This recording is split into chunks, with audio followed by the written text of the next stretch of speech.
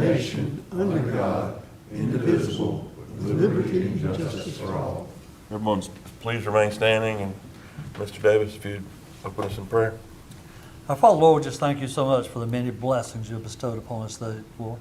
Lord, I pray that you'll be with us and give us wisdom and knowledge as we represent the citizens of Union County. Lord, I just want to thank you for the board members, for the work that they have done. And Lord, just give them wisdom and knowledge in all they're saying and doing, Lord. Lord, we all need your help. And Lord, we just pray that you'll be with us as we make the right decisions tonight and all the guidance that you give us. And Lord, we just ask these blessings in Jesus' name. Amen. Amen. Establish our voting members. I think everybody here tonight's a voting member, so that's done. Are there any additions or deletions, staff? Hearing none. Anybody? Motion to approve the agenda. So moved. Do I have a second? Second. All those in favor say aye. Any opposed? Okay. Next item is approval of the July 15th minutes. And our minute man's not here. I sent it to him though, and I got him for free. But I'll need another. I'll need something from somebody. Okay. Do I have a motion to approve? Make motion we approve. Motion and second. All right. All in favor say aye. Aye. Any opposed? Next item is special use permit 2025 SUP 01 Charlotte. I'm not even going, Aero Modelers. Did I do that right? You did? Aero Modelers? Did I say it right? Yep. I'm Sounds good. All right. Mr. Chairman. Yes, sir. We're about to get to you. Let me go do my speech because we don't have to do this very often. We haven't had one of these in a long time. So let me do my speech. There are three types of hearings that we have when it comes to this side of our board. Applications for variances, appeals of decisions of a zoning administrator, or an application for special use permit, which this is the case. All parties who plan to give testimony, pro or con, must complete a green form, which you've been directed to do if you have, and be sworn in. The planning staff member will explain why the permit was denied or why the variance is requested or the nature of the special use permit request. The board may question the planning staff member, the applicant may question the planning staff member, and the applicant presents his testimony for the case. The board may question the applicant, the planning staff member, and persons in opposition may also question the applicant. The applicant may present sworn witnesses. They will be subject to cross-examination. Other parties wishing to speak pro or con will be given reasonable time to present their sworn testimony. They will also be subject to cross-examination. The planning staff member and the applicant will be given an opportunity for rebuttal. After hearing the case, the board will review the case to render a decision. This is usually done following the close of the public hearing and the board's deliberation. However, the board may elect to take up to 30 days to render a decision. You may remain present during deliberations, or you may call the Union County Planning Department after the session to receive the decision of the board. All exhibits must remain with the board. Please hand them to our clerk for tagging. If you feel there's a conflict of interest of any member of the board or association that would prejudice your case, please let it be known at the start of the case. We are a quasi-judicial board in this matter and can only accept sworn testimony. No hearsay evidence is admissible. Appeal from this board to the Union County Superior Court. If you want to appeal our decision for this matter, this first case, you have to appeal it to the Union County Superior Court.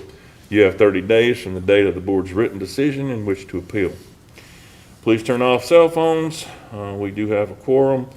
I don't believe there's anything. I've introduced the case, and I'm going to ask you, sir. No, I'm going to ask you first. Is the petition complete? It is. Do any board member have a conflict? Yes. Yes, sir. May I be recused? You may be recused because you do serve on the board of this organization, so you're going to step down for this case. And is that okay? Do we have to vote on that, or can I do that as chairman? It's fine. He can voluntarily recuse himself. Okay, excellent. Okay, then. All right. At this time, I would ask for a motion to hear the petition. Is there a second? Second. All in favor, say aye. Aye. Any opposed? All right. I believe you'll have to be sworn, sir. I haven't done this in a while. Well, we haven't seen you in a while. I didn't even know if you worked for the county anymore. Don't have long to go. You swear to tell the truth, the whole matter, truth, do you swear to tell the truth, the whole truth, and nothing but the truth in the matter at hand? Thank you, sir. Okay, before we get started on this, I do want to bring to the attention of the board, that there's only one reason that we're here tonight. If Charlotte Air Modelers was just operating as a club with their club membership, they would not have a need for 50 parking spaces, they would not have a need for amplified sound, nor would they have a need for any outdoor lighting in excess of 20 foot. However, they do host air shows. And because of that, they're wanting to err on the safe side because there are going to be times that they may need to have amplified sound out at the site. There may be times that they have a need for more than 50 parking spaces. So they want to make sure all their bases are covered and they're working within the parameters of the law. Okay. With that being said, I'll move on with the presentation here. The first thing that I have here is my evidence. I have as Exhibit 1, the Union County Development Ordinance, and as Exhibit 2, the agenda for September 16th, 2025, which I am giving to the clerk here to enter in as evidence. Sir. So the property is located at 9509 Morgan Mill Road. It's more specifically identified as parcel number 01222002.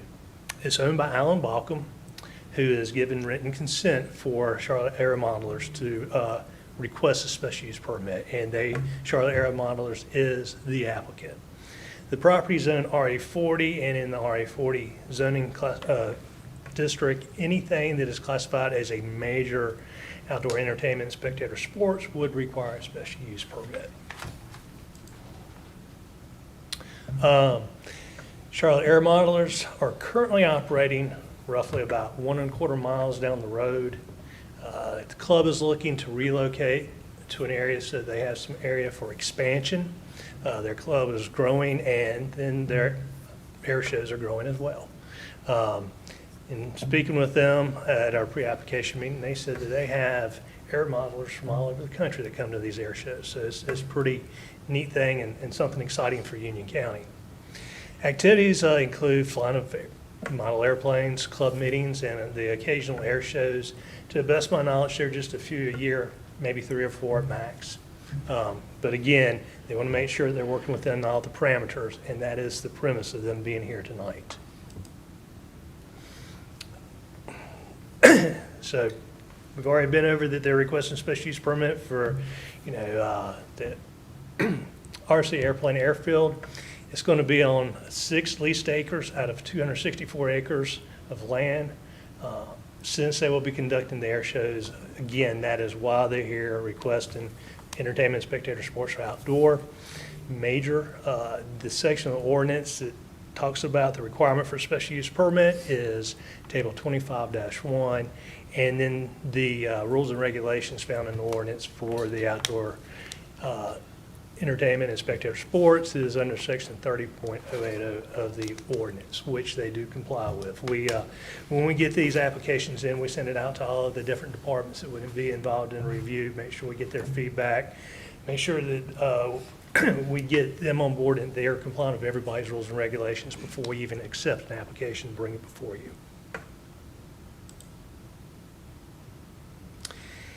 This is kind of hard to see, but this is their actual site plan. This first one right here on the left, this is an actual survey of the entire site, the 264 acres. This little area right here is their 6-acre leasable area. And then there's a blow up showing the driveway. They're gonna have a little utility shed where they keep equipment for maintaining the property. They're gonna have roughly 20 full-time spaces out there. However, they have this big, large grassed area for overfill for their special events. There is a little clubhouse with a covered shelter, and then they have their airfield, which I believe is 700 feet. Yes. Okay. My memory serves me good then. Here is an aerial view of the site. And the leasable area is roughly right here in this general area. They had to do minimal grading. When I went out there and posted a sign, it's very nice. They've got it graded out, grass, all nicely landscaped. So there is very little impervious coverage on the site. As far as the zoning, the site itself is zoned RA40, and all the surrounding property is zoned RA40 as well. This is the whole area out there as far as the land use plan goes is rural residential. Development status is really it's undeveloped. It's farmland, it's vacant land, and most of the properties around there are vacant and farmed as well. Skip going here. Environmental features, there are 2 environmental features on the property. Both of them are ponds. These are blue line streams. Basically, these are drainage ditches.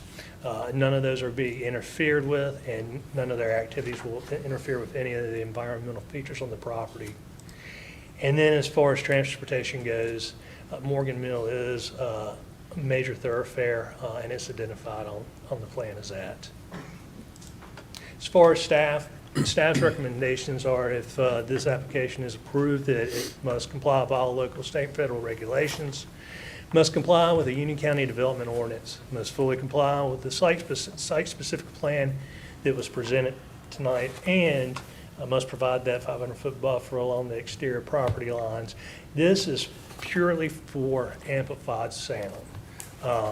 And that's just to show that they're not going to exceed 65 decibels if they, at these air shows, if they are using amplified sound, that they've got that buffer area protection. With that, staff would be happy to answer any questions that the board may have, and we do have the applicant here to give more detail. I have one question. Yes? On the prior permit, there were a few stipulations put on it because of concerns around. Is there any reason for that to be considered for this one? Because I know it's a different location. Well, it's a different location. It's a larger location, but also the technology in the aircraft has changed, in which I'll let them discuss that because they know a lot more about it than I do. Okay. And so- I have a question. Yes? The special use permit, it's going to stay with the property, or if this modeling club leaves, will it go away?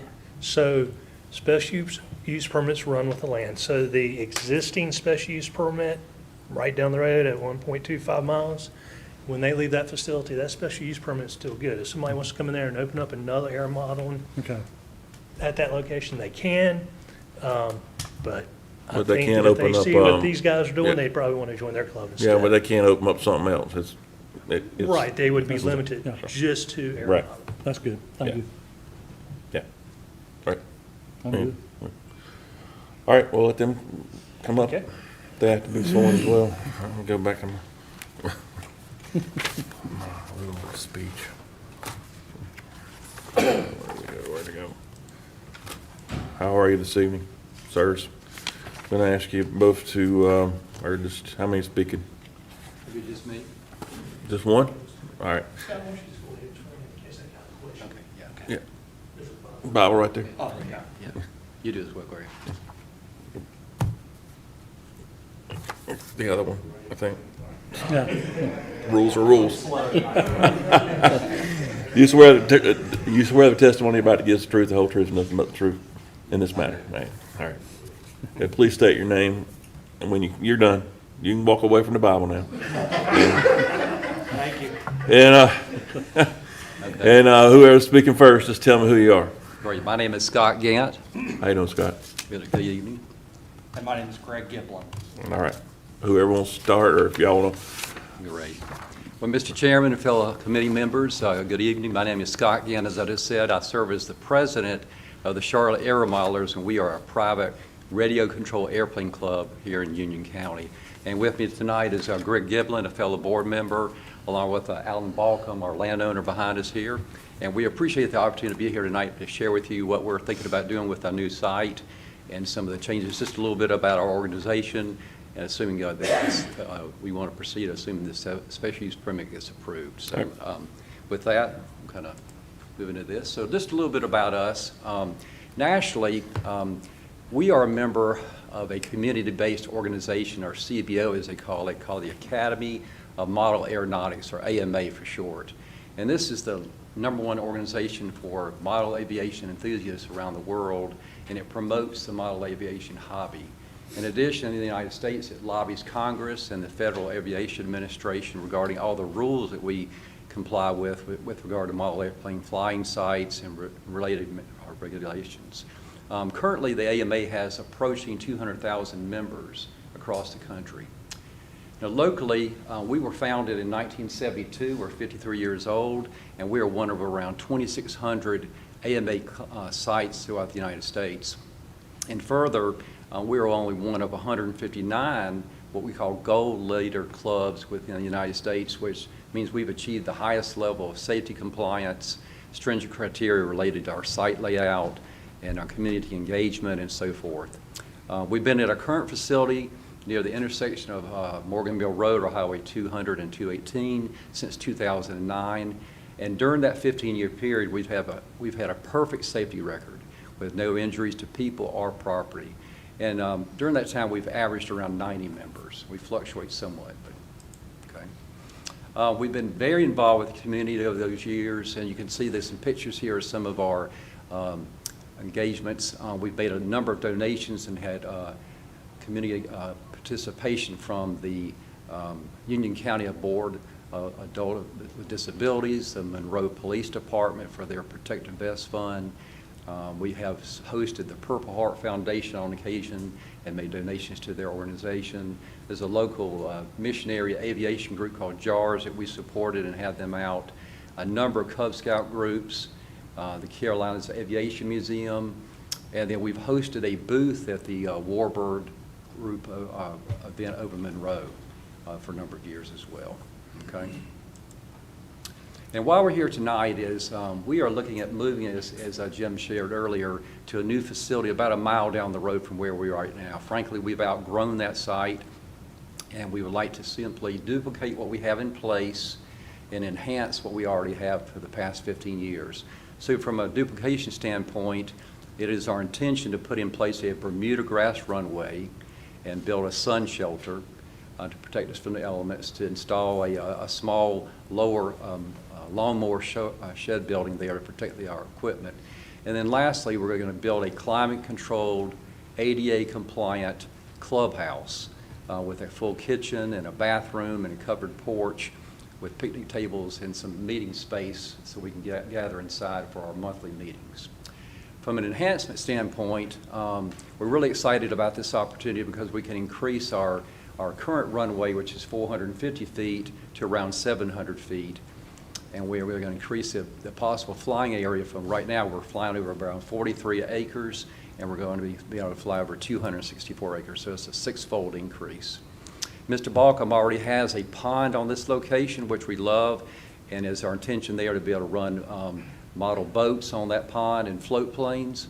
And then lastly, we're going to build or construct a 24-foot wide by 125-foot long covered shelter to replace the 4 shelters that we have at our current spot. Okay. I have a question before you go any further. Back up to where you said it's going to have a kitchen, a clubhouse with a kitchen. Now, will you guys be renting this out to other, it'll be strictly for you guys, you won't be renting it out to other groups of people or anything? No, this is not a commercial venture. This is a very small, just our group. Okay. And we primarily just do it to feed our members once a month. They come in for monthly meetings the second Tuesday of the month, and we just grill hamburgers or whatever and clean up. So it'll basically be used just for your members then, it won't? Yes, sir. Okay, thank you. That's exactly right. All right. This is an overhead view of our new graded site, and you can see here it's a beautiful location, very secluded. We're about 2,500 feet off of Morgan Mill Road, where that runway in the foreground, you can see the runway there. It's about 130 feet wide by around 700 feet long. And as we mentioned earlier, there's a pond there, an existing pond that we love that's up on the upper corner, the right, that we intend to run boats on, or float planes during that time. Okay.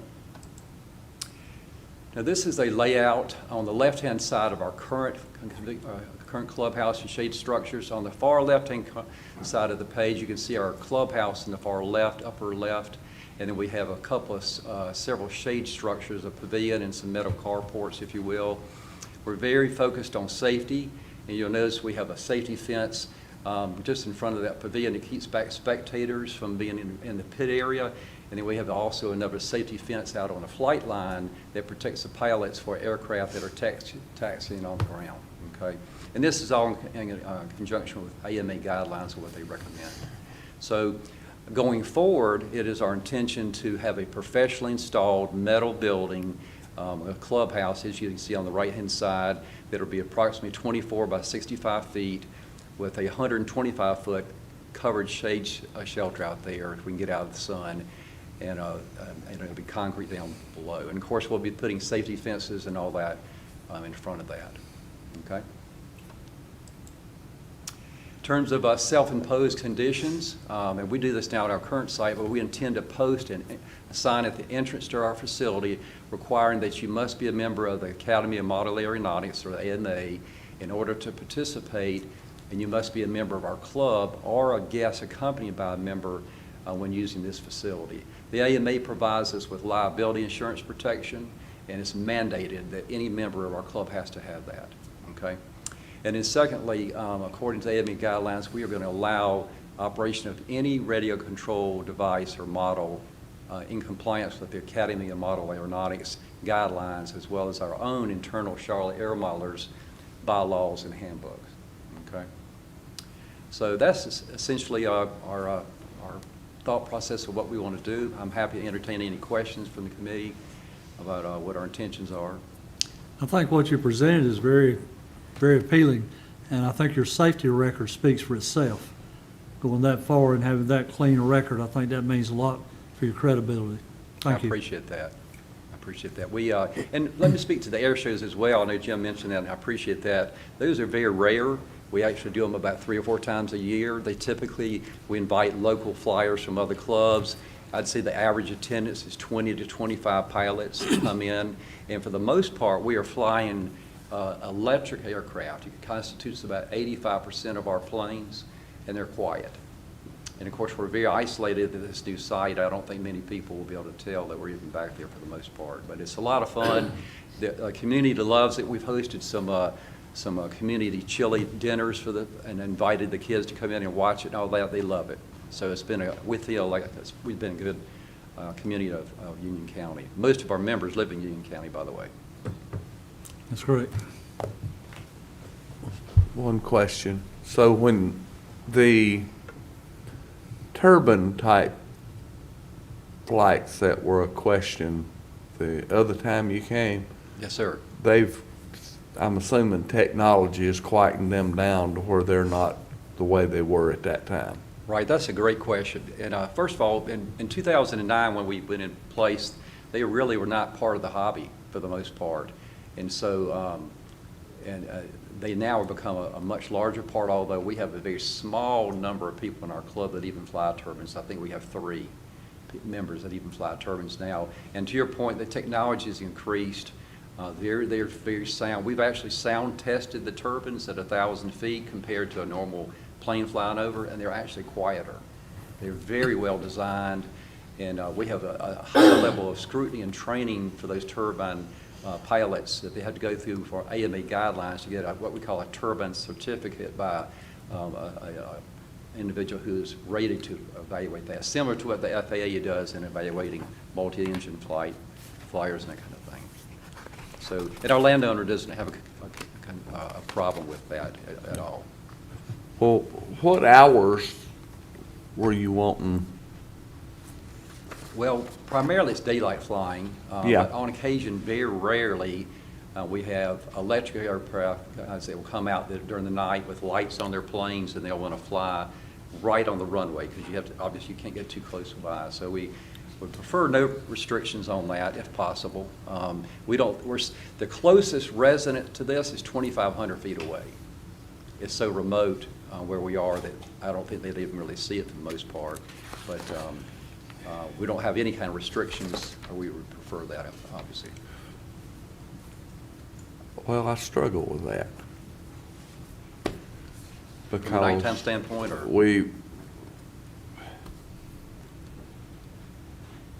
you might not always be the president. Right, And what we do tonight stays with this piece of property forever. that's right. So we need a beginning and an end time for the residents in the area. I mean, you know, Right, well, we're certainly open to, you know, if it's something that's a concern, we can 10 certainly o'clock? address that. Sir? no later than 10 o'clock. Would you be out there any later than that? Would there be a reason? Can we do 11 o'clock? simply That's fine with me. because Let's the just put a summertime time. doesn't even get dark. right, Yeah, like 9 I got you. o'clock, 11 so- would work fine for us. I mean, it's, again, I would, if the rest of the board's in agreement with that, I'm fine with that. Right, right. If that- I that may I ask a just, I question. just think we need to have a time. Your site plan says, as a special condition, says no flying after 10 PM. Only electric aircraft can be flown between 9 and 10 PM. Right, that's what it is right now. And we, on occasion, as Greg mentioned, we have pilots who will come out and, again, flying right in front of us with small electric planes, no turbines, anything like that at night, where they want to fly at night. So I think 11 would be plenty sufficient for us. I think the part you're talking about was the part I was asking about, the technology part. It's really just a function in the summertime when it doesn't get dark until 9:45, then kind of in essence. Mhm. So that's why we wanted to extend it till 11. Or we would, we'd like to do that. Well, with them two ponds on there, in the wintertime, I don't think you can be out there at 11 o'clock, no No, way. they That won't. air would get pretty cool in that valley. And frankly, it's a fairly rare event. We really just don't have that many pilots that fly at night. You know, it's, and again, it's the electric aircraft only. This is not really a critical issue for us at all, but we're very comfortable with that restriction at 11. Well, what time do you start in the mornings when, like on the Saturdays that you do it? What time do you normally start? I would say generally, that's a great question that people sometimes might come out there as early as, say, 8:30 or so in the morning and fly all day. So why don't we You say know, 8 but o'clock in? 8 o'clock in the morning generally. You know, So 8 to 11? something like that, yeah. All right. That would be plenty. And a typical day for us, just, you know, is probably 4 or 5 pilots out on the field. This is not like there's 90 people out there all the time, you know, it's. This is not Charlotte Douglas International Airport. No, it's not. It's, and we'd welcome you to come out and check it out sometime. We have many days that no one's out there. It'll be beautiful weather. We're kind of perplexed, but there's, you know, rain and wind and issues that affect, you know, this cold, you know, as a percentage of the available flight time, it's not that often. Any other questions for you, gentlemen? So your members can fly 7 days a week, though? if They can. Go fly, it's That's open correct. to the members to go fly. That's correct. It's open every day of the week. Anything else? All right, thank you, gentlemen. Okay. Appreciate it. Thank you. Thank you. All right. Is there anyone here who would like to speak in opposition to this petition? I don't see anybody jumping up, so, all right, board. Y'all heard all you need to hear? All As right. you guys, if you want to close the hearing, as you begin your deliberations, since it's been a while since we've had one of these, I do want to remind you that it is the applicant's burden to produce sufficient evidence to show those 5 standards have been met. Now, I'm happy to go over those with you. They should be in your packet They are, there. and I was reading over them, and I like what they submitted. So Okay. We'll go through each one of those. Yep. Clearly indicate by way of finding of facts, how they are met or not. And the applicant has in your packet, in their words, shown or written how they believe they have met that, but do base your decision on evidence that's been submitted to you or presented to you tonight. Right, and we have had this entire packet submitted as exhibits, so it's on the record. Any other discussion before we close the public hearing? All right, do I have motion to close the public hearing? Make a motion to close the public hearing. Is there a second? All in favor, say aye. Aye. All right. Motion is accepted. So, gentlemen, the findings of fact for this case, if you are looking here, that they have presented there. It's right It's on the under, green tab, the green tab. the green tab. And there you go. Next You'll page over, Mark. Flip over, and they've presented some good ones. Yeah, sure have.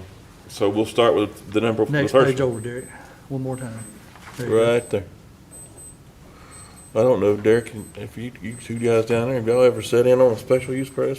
It's been so long since we've had one of these. It's a little different than our usual planning issues. All right, so item number one, these are the findings of fact. And again, as our attorney just stated, we have to find each one of these. We have to look at them. All five have to be voted on individually. And if there's one that doesn't pass, then the whole thing doesn't pass, basically. So item number one, the proposed use and development comply with the regulations and standards generally applicable within the zoning district and specifically applicable to the particular type of use. Again, they've stated here that airstrips are allowed for this use. There's no reason. I'm good with it. Okay, so we'll vote on that independently, each one. So all in favor that this is met, say aye. Aye. Any opposed? Number two, the proposed development will not materially endanger the public health or safety. Again, they've got a huge 15-year record that they've had no problems whatsoever just down the road, and they're actually moving to a bigger piece of property. So, any questions, any comments, above and below?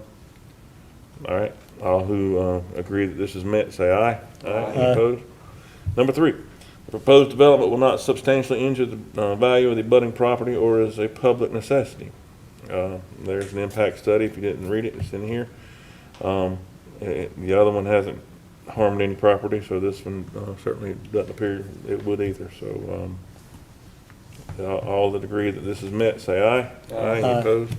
Number four, the proposed development will be in harmony with the area which it's located. Anybody who knows where it's at, it's kind of out there in the beautiful farmland. There's not a lot going on. Only thing out there that's weird is a big old truck on top of a big pole. I don't know who's responsible for that, but that's okay. We won't talk about that, but I'm kidding, Alan. So if anybody, if you agree that this is met, say aye. Aye. Any opposed? And number five, the proposed development will be in general conformity with the comprehensive plan. This is, again, out there, there's not a lot going on, and we're not talking about building an airport where people are gonna be landing on a plane, getting off and going to buy lunch. So I think it's gonna be in conformity, as the one down the road has been for the last 15 years. So all in favor, say aye. Aye. Any opposed? Do I have a motion? One question before you make your motion, so there is discussion of the timing. The time. So the site plan is a little bit different than what the proposed condition is. So if you do want to impose that different condition than what's on the Needs to be site plan, done you'll on need to the vote motion. on that. Gonna do that in a motion. So you're making the motion, sir? I agree. Are you? I make a motion to approve the special use permit, adding the stipulation of 8 a.m. to 11 p.m. operating time. Does Does that work? Does that work for you, ma'am? Okay, you good with that? I'm Okay. good. Is there a second? I will add approving it with what they said they were gonna put forth there, the buildings and Yeah, all, yeah, all that. plus adding that. As presented here, okay. Mr. Zilli, does that include the staff recommendation as well? Well, I'm trying to find all that stuff. My little tab thing. It's a little Go over tad- one more time, Mark.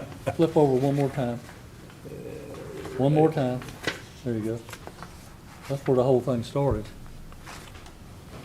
The staff recommendations are located on,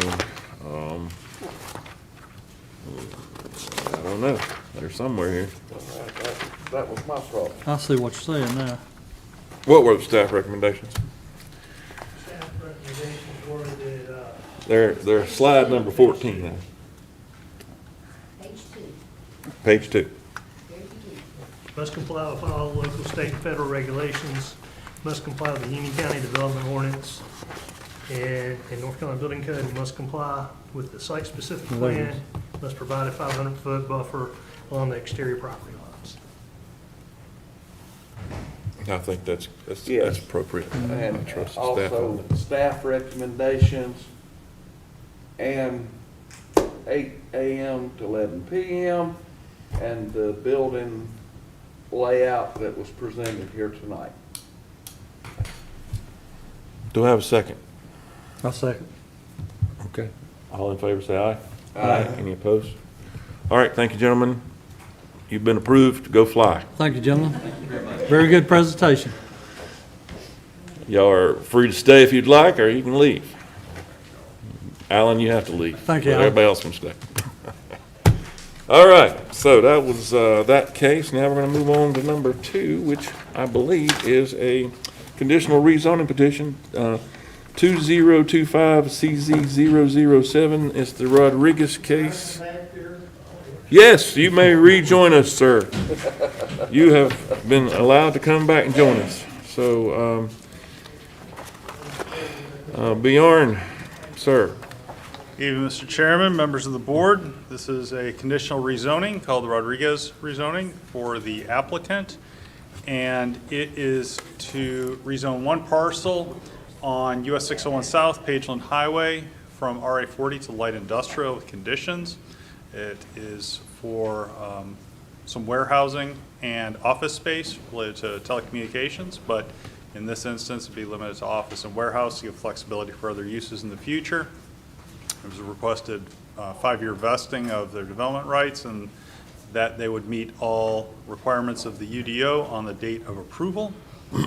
The site plan is this. It's on the west side of US 601.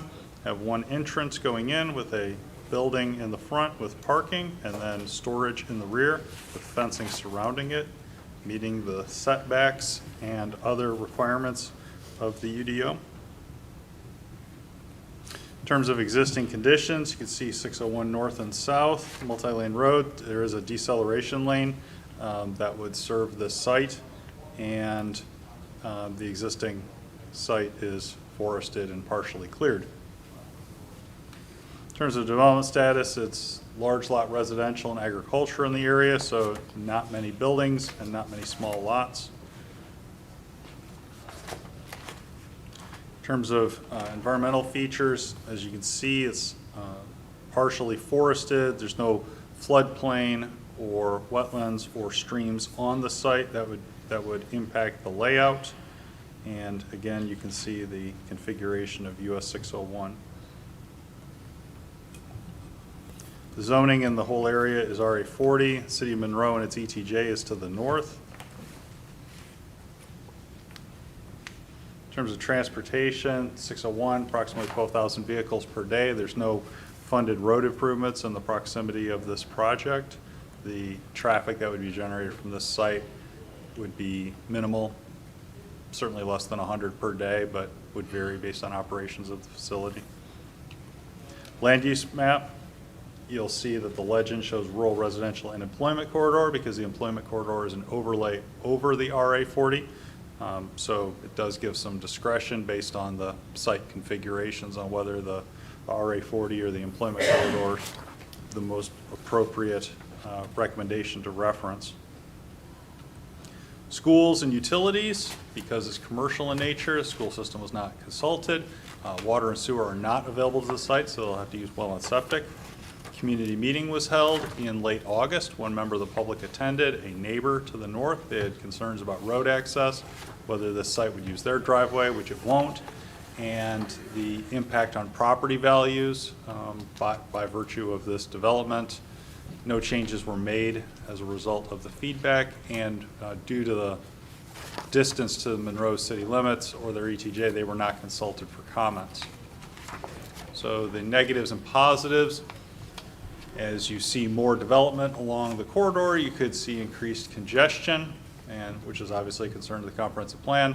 And you do have, by and large, residential up and down 601, and yet it's an employment corridor, so having employment uses next to residences could bring them into conflict.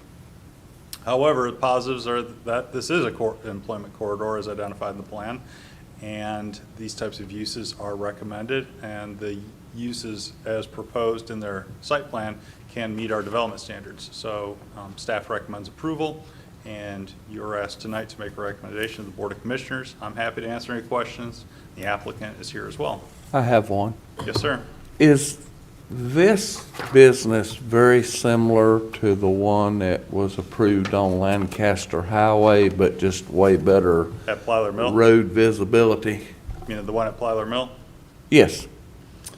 Is it a similar I type think business? they do similar type of operations, More or less, telecommunications installation. in and out to get equipment, but not a lot really done on site other than office work?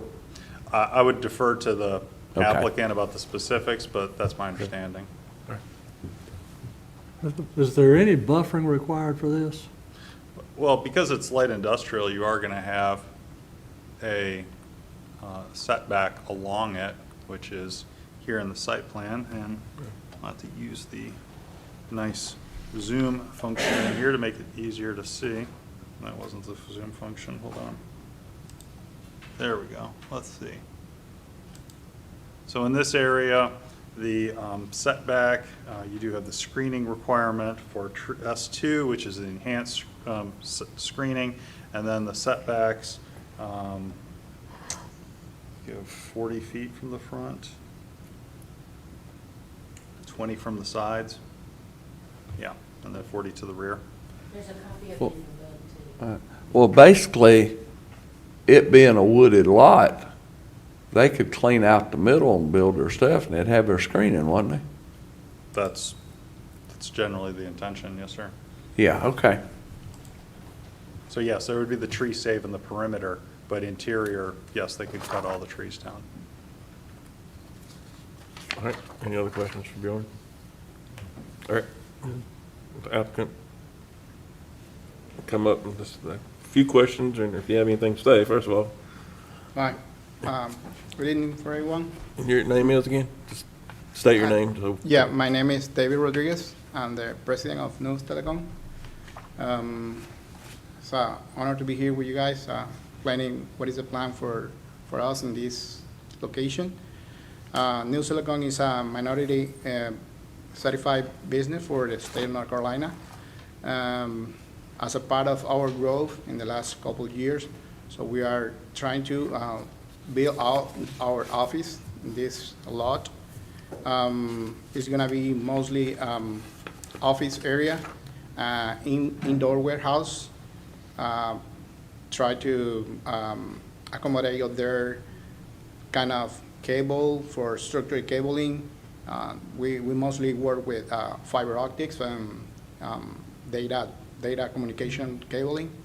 We are trying to get our permit for cameras and another kind of service that we can provide.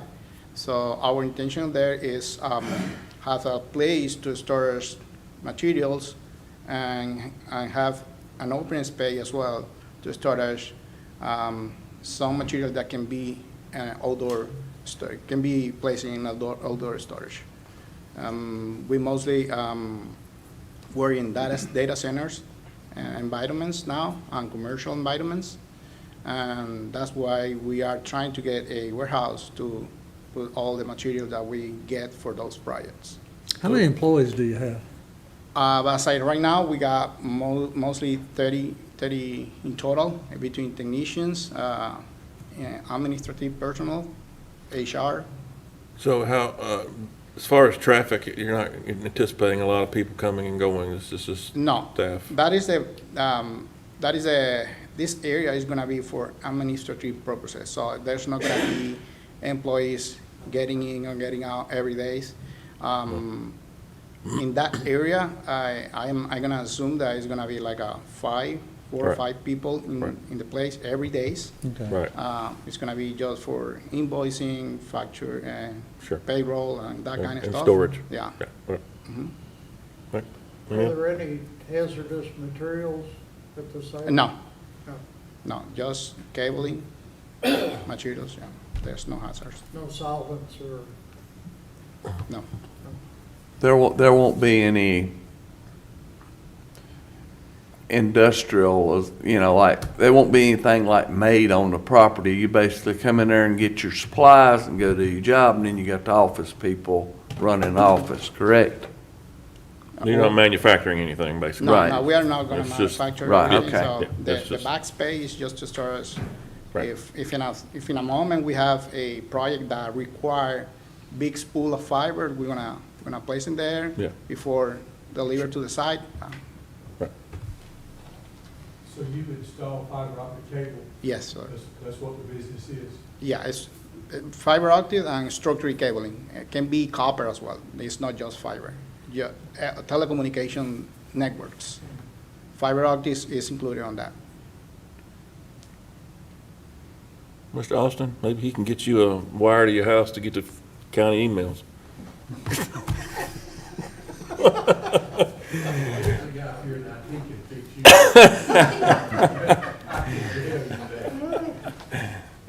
Any other questions for this gentleman? Are there any direct benefits to the surrounding community? Yeah, I mean, there's an opportunity to get more employees. So North Carolina is spread out all the fiber optic network. We are planning to help out with our knowledge about the fiber optic, how to splice. So probably we can, that corridor is one of the deployment of fiber optic is gonna be in the next couple months. And we are willing to support that, and probably if the community reach out to us and there's someone that has the skills to work with us, probably we wanna offer job for the community as well. All right.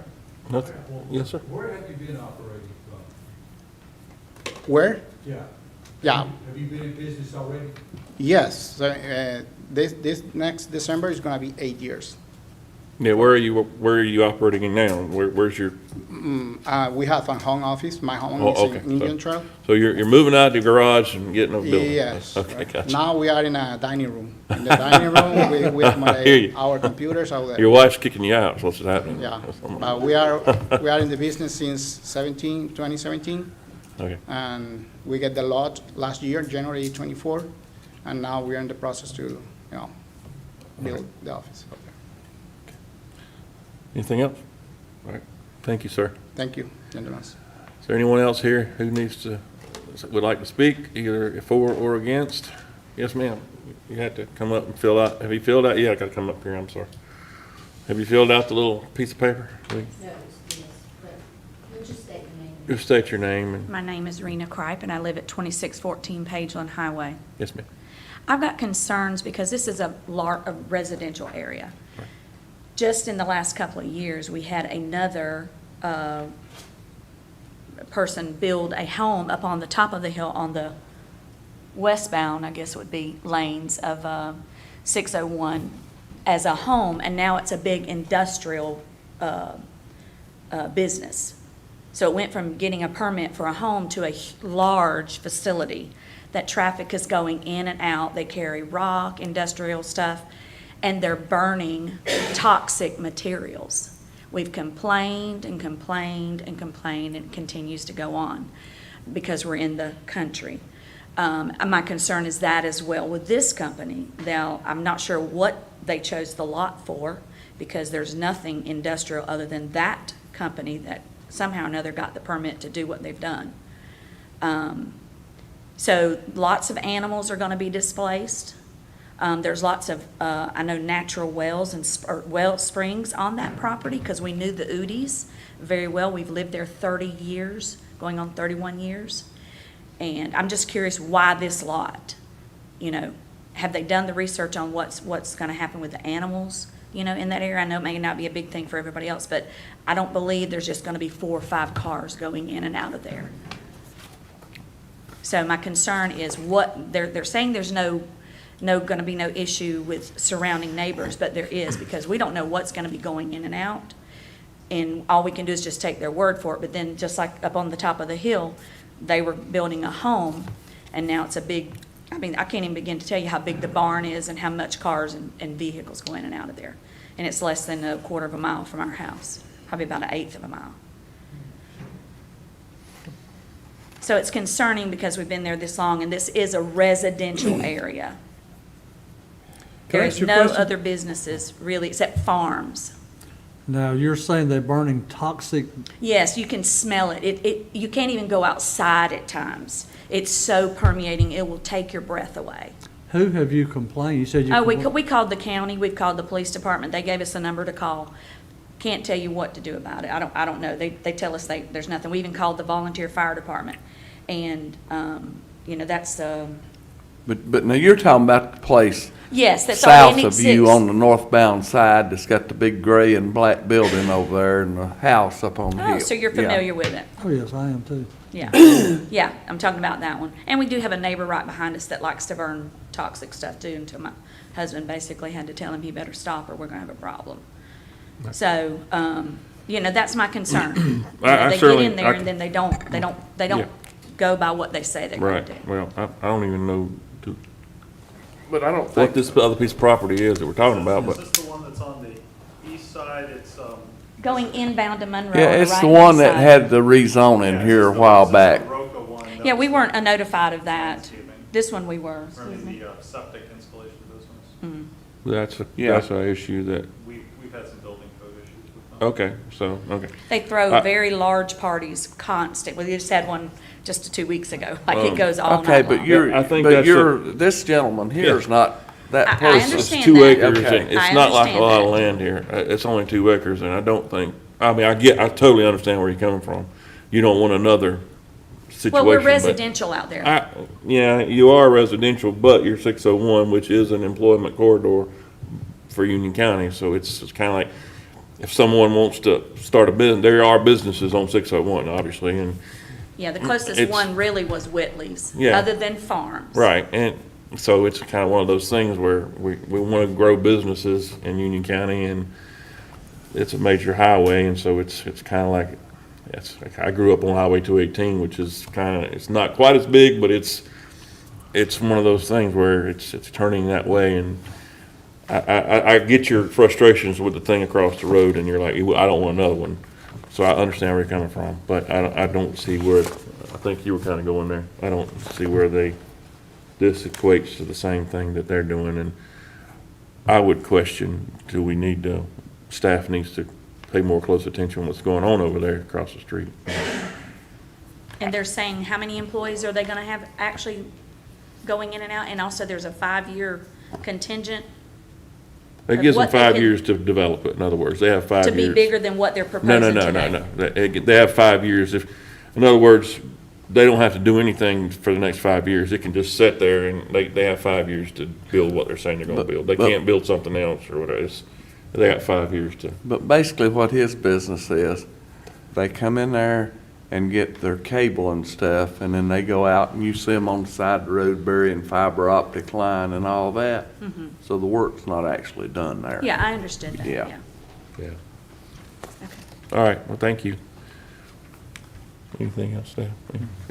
Anybody else? You got her name, right? So, okay, thank you. Anything else? Nope, I'm good.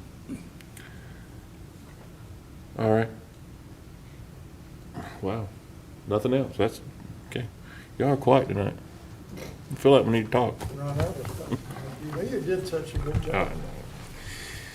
Okay, so, do I have, You want a recommendation? I have a little yellow tab here somebody needs to turn to, because y'all know the rules. And y'all, do I have a motion? I make a motion that recommend approval of rezoning petition CZ 2025-007 and adopt the advisory consistency and reasonable statement for the recommendation of the approval. Is there a second? I'll second. Okay. Any other discussion? All in favor say aye. Aye. Any opposed? All right. Thank you. Thank you all. Next item is, ooh, I got too many things going on. Conditional rezoning petition 2025-CZ-008 Union Power, and gentlemen, I do believe, that is located right here. Mr. Bjorn. Yes, sir. This is a bit of a hybrid. Can I make before we start, I need to disclose that the property that we're speaking of is adjacent to mine and my wife's farm. The property line that they're asking for the rezoning, the property line of the sheriff's department property is adjacent to our farm. I want to make that known. We have no financial gains coming out of this. We have no financial loss coming out of it. I have not made a decision for it or against it. I want to hear the benefits that's coming out tonight, and I'll be open-minded about making a decision. So, Mr. Chairman, I'm asking the board, do I need to step down, or is it acceptable for me to stay on this committee tonight? I have served with you for many years, and I believe it's fine for you to serve tonight, in my opinion. Absolutely. I trust your ethics 100%. I appreciate it. I just want to make that known in case anything Yes, comes sir. up. I think you're as level-headed as anybody up there. Thank you. I wouldn't say that, but I apologize for his interrupting. wife's in the room, so I'm gonna be nice, but I wanted to make that known before we got too far down. Thank you, sir. Sure. And so I was saying this is a hybrid, this is a rezoning. It's a rezoning of a previous rezoning, and it has a special use permit baked into it. But you don't need to hold a hearing for the special use component of it. You don't need to specifically call out and make motions on the findings of fact. You just make the motion to recommend, saying it's meeting the requirements or not. Their narrative explaining why they meet the findings of fact is included in your packet. They also have the real estate appraiser here to talk about impacts on values to adjacent properties. But otherwise, I'm going to go through this like a normal rezoning. But will they be back later for a special use permit? No, this is part of it. It's baked into it. Okay. That's a provision of the UDO that allows a rezoning. If that zoning district, that use in that zoning district would also require a special use permit, they're able to do it as a part of the rezoning. Give some flexibility. So this is a request, 161 acres. The use is not 161 acres, but the parcel is. It is on Mills Harris Road. It's the Sheriff's Department training facility. It's currently zoned RA 200 with conditions. It was rezoned 6 or 7 years ago to allow the training facility to be built. And this would amend the conditions to allow the power substation for Union Power. And this would be limited to the site plan that's been proposed. The use would be limited to the electrical substation. There'd be 5-year vesting of development rights, and they'd have to meet the UDO on the date of approval. So this is a zoom in on the proposed use. This is on the east side of the overall facility. I just know how to turn on the lights and how to reset the circuit breakers at my own house. So if you want to know details of it, we do have representatives of Union Power here to talk about it. Existing conditions, you see the entrance into the sheriff's facility. I did not cut cross-country through the site to look at the portion of this, but I do have a call-out on an aerial. So Mills Harris Road is 2-lane road, large lot residential with the training facility on the east side of the road. Development status, I put the red circle to show the location of the proposed use. You can see the power line cutting diagonal from the northwest to the southeast. And otherwise, it's a lot of single-family residential in the immediate area. This will actually get access from Ansonville Road. It won't even have access through the site onto Mills Harris. In terms of environmental features, there's a stream running essentially north and south with some floodplain on the site. This won't impact it.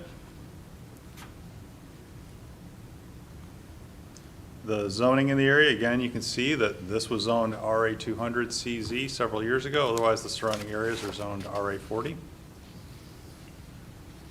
terms of transportation, Mills Harris carries approximately 1,000 vehicles per day. Ansonville's similar, but I didn't have a count for that specific area to put on the map. There's no funded road improvements in the immediate vicinity of the project.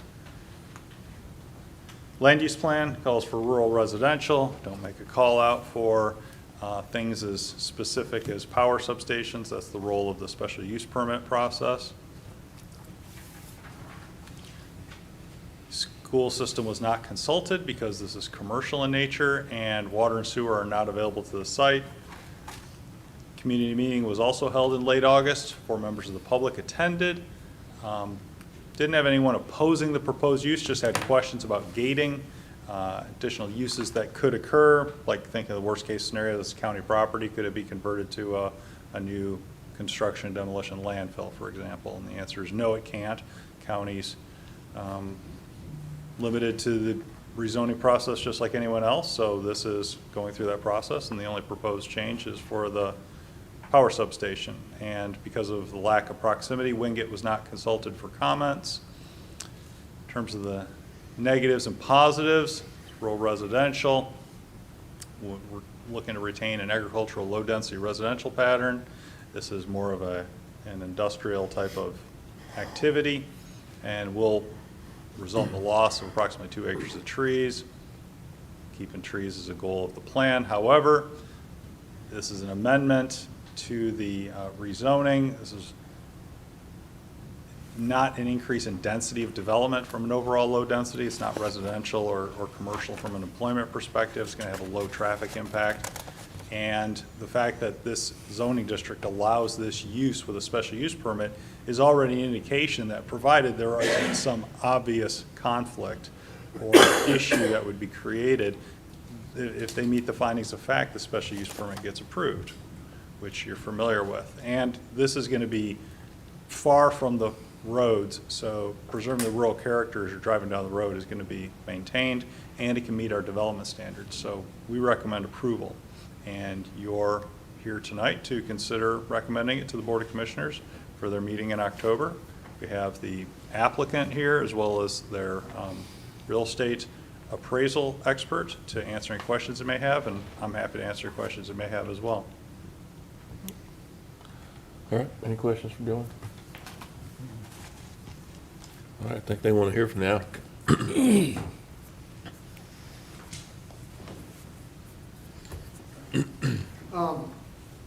Gentlemen, my name is Joe Irvin. I'm with United Grid Solutions, which is formerly Pike Electric. We are the consultant for Union Power. As you're all aware, Union County's growing and growing and growing, and we've got to provide the power for them. This is the next step in doing so.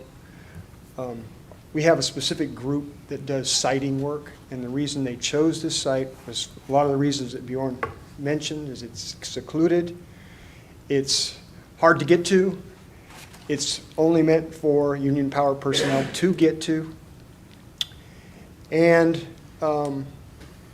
we have done our best. Before I say that, it is a lease parcel. It is not a fee simple, and we have done our best to comply with the UDO. We are leaving significant buffers around it. There is several permits that we are going to have to go get, and we're going to plan to comply with all the permit requirements of that: stormwater, erosion and sediment control during construction. And again, it's part of the infrastructure that we need to improve for the area. Other than what Bjorn's already mentioned, I don't have anything else. Like I said, we're not impacting any real environmental resources. Yes, we have to remove some trees. Sorry, we have to do that. But again, we're leaving a natural buffer around the site.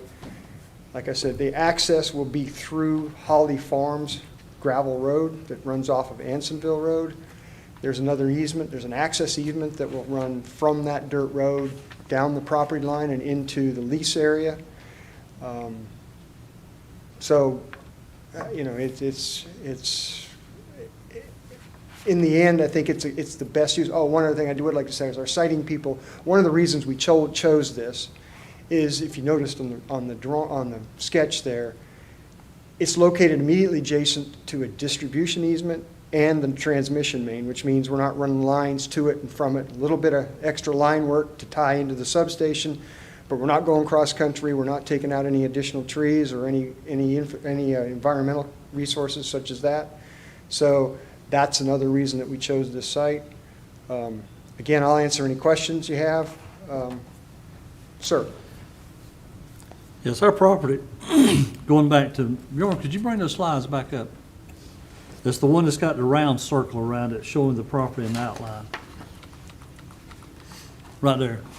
Okay, our property, as you're looking at the round circle where your driveway's gonna be coming in off of Ansonville Road, you'll be bordered, that driveway's gonna be coming by our property, and you'll be coming in.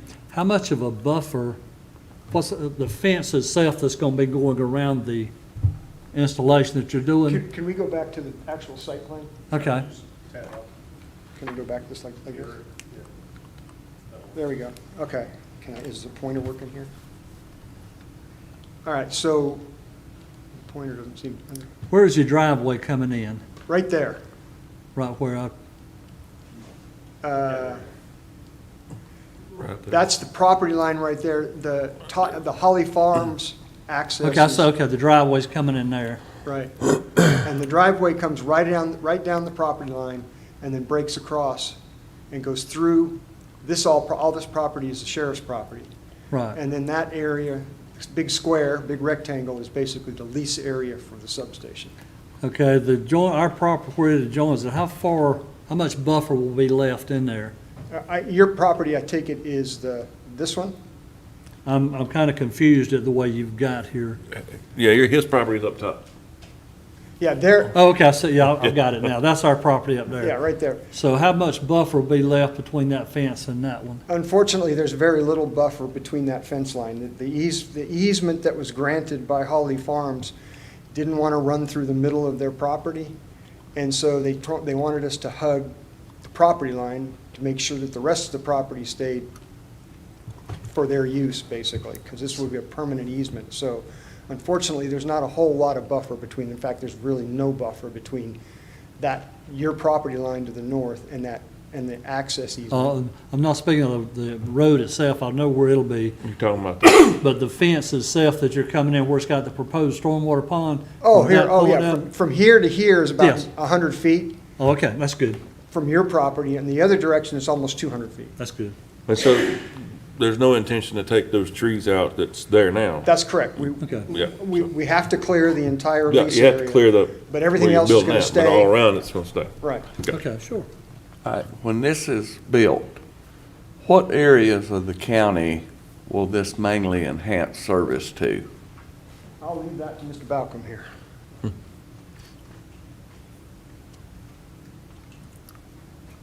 Matt Balcom with Union Power Cooperative. This area will serve into Wingate towards Marshville. We go to College Park, right up against the university. And then we go almost to the town of Marshville down Austin Grove Church Road and Pfeiffer and Trawick Farm. And also McIntyre, Ansonville, Maurice Trull, that whole area. And that's coming south and then going to the north. It'll tie in with an existing station that's currently near Simpson's Eggs, which feeds this area now. It's one of our areas in our 5-county service territory where we have the longest feeds to the end of the line. So this will shorten that dramatically. So And you're also- saying it's always Simpson Eggs right now? That That's a feeds long all the way to College Park right now. That's a long It's way about off. 12 miles. Yeah. It's cross-country. Yeah. And with each passing day, reliability becomes more and more of an important thing. So not only is, Wingate's got some stuff that they've approved down there, housing projects and whatnot, but just to shorten the feeders and enhance that reliability. That's the purpose of the project. We've had it in some of our long-term plans for a while now, trying to find a good way to do it, and we thought of this a few years back and started working on it then. So this would help eliminate problems that's been in the past where Wingate lost That's power right. to storms and flooding and stuff like that. Right. Okay. Yeah, we had one several years ago. I can't remember if it was Florence or Matthew came through when Richardson Creek flooded, had the line down. Those people were out for about 24 hours. Yeah. The ones that were out remember it. Yeah, really. But, out for about 24 hours. So it'd be good for about 1,500 to 2,000 of our members in that area. Yeah, I Give them think a it'd be new a great source. benefit for us as far as for the people in that area Yeah. for the power stabilization. And also, I did say going east, we go through Eagle Chase over to Holly School Road, Hamilton Crossroads area, almost down to Marshville on that, in that direction too. So it's a pretty large area that this station will serve. Looks like the areas can accommodate doubling. That's generally how we do them now. Like you said, we would basically mirror that inside the fence if the demand dictated that in the future. Yeah. We don't see that for the next 10 years at least, but things change, you know. But you got room for growth there. That's right. Okay. That's right. What would be any other negative consequences if you don't get to build there?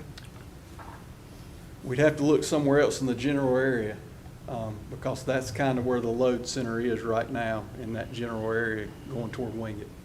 But the transmission line was a big driver for that. And plus our distribution line goes through there too. Anytime we have to extend transmission a long way, you're talking getting right-of-way easements, negotiating to get into the condemnation laws and all that. So anytime we can get near existing transmission facilities, that's a huge plus for us and the property owners too. Right. Okay. Anything else? I'm good. No. All right, thank you. Joe? All right, is there anyone here, anyone else want to speak? Pro, con? Okay. Anything else for Bjorn? I'm good. All right, this one was a big agenda tonight, but none of these were horrible, were they? All right, so with that said, do we have a motion? I'll make a motion to recommend the approval of rezoning petition CZ-2025-008. Adopt the advisory consistency and reasonableness statement for recommendation of approval. All right, that's the motion. Is there a second? I'll second. All right, all in favor say aye. Aye. Any opposed? All right, thank you. Everyone. One quick question. Is there any problem with me taking a picture of the way this is laid out from my phone? No. Anyone have any objections to it? No, it's public information. In fact, Not like it is laid out here, though. we even printed out an agenda packet for you with it. It's not laid out as good as this is. He says that's pretty. That is pretty. This is not pretty. No. I have my reasons for what we're doing. It's very pretty. All right, planning staff report, sir. The only thing is that you heard from Alan Bauckham, who was here earlier, as the chairman of the Rural Land Use Plan Steering Committee. They are scheduled next week to complete their strategy review, and then they moved their October meeting up. Otherwise, they would be after your meeting, which is kind of awkward because you're going to be making a recommendation in October before they would. So they were considerate, and they moved their meeting up to October 7th, which is before your October 21st Land Use Board meeting. So on your October 21st meeting next month, you will be asked to consider recommending the Rural Land Use Plan to the Board of Commissioners. So we'll make sure to get that to you ahead of time.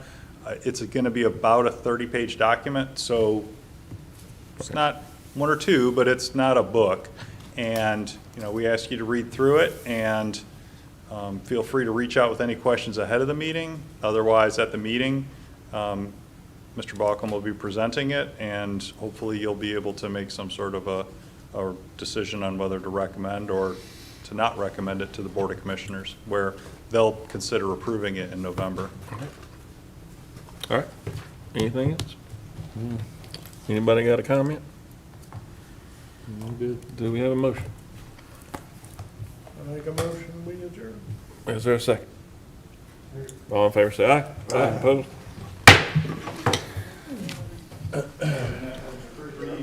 Thank you.